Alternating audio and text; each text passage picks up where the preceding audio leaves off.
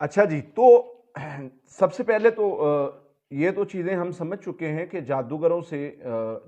کا اگر ہمارے اوپر حملہ ہوتا ہے، یہ بارہا بار ذکر کر چکے ہیں، حفاظتی پڑھائی پڑھیں، حفاظتی پڑھائی پڑھیں، حفاظتی پڑھائی پڑھیں۔ لوگوں کے سوال ہوتا ہے جی حفاظتی پڑھائی کرنے سے ہم کبھی محفوظ ہو جاتے ہیں، لیکن جو ہمارے اندر مسئلہ ہے،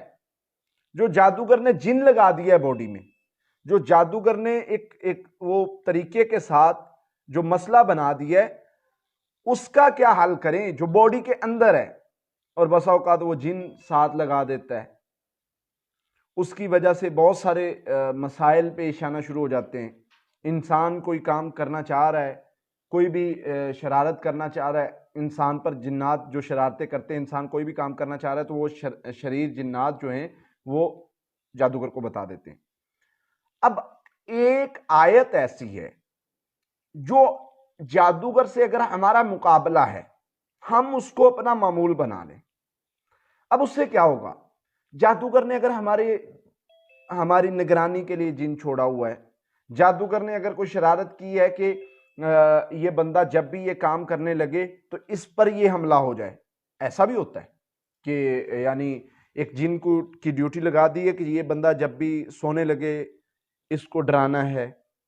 پھر اسی طرح ڈیوٹی لگا دی ہے کہ یہ بندہ جب بھی کام پر جائے اس کو وہاں پر خوف زدہ کرنا ہے، ایک کام کے ساتھ اس کو منسوب کرنا،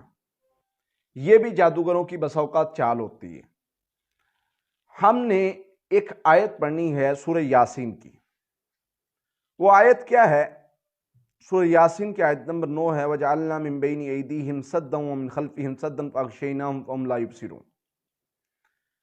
ان کے آگے ان کے پیچھے اللہ فرماتے ہیں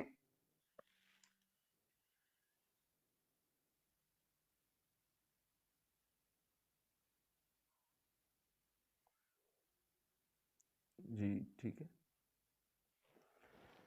ان کے آگے پیچھے ہم نے دیوار بنا دی ہے۔ اب وہ دیوار کس چیز کی ہے؟ یعنی وہ آپ کو دیکھ نہیں سکتے، جادوگر جو نگرانی کرتے نا آپ کی، وہ آپ کو دیکھ نہیں سکتے۔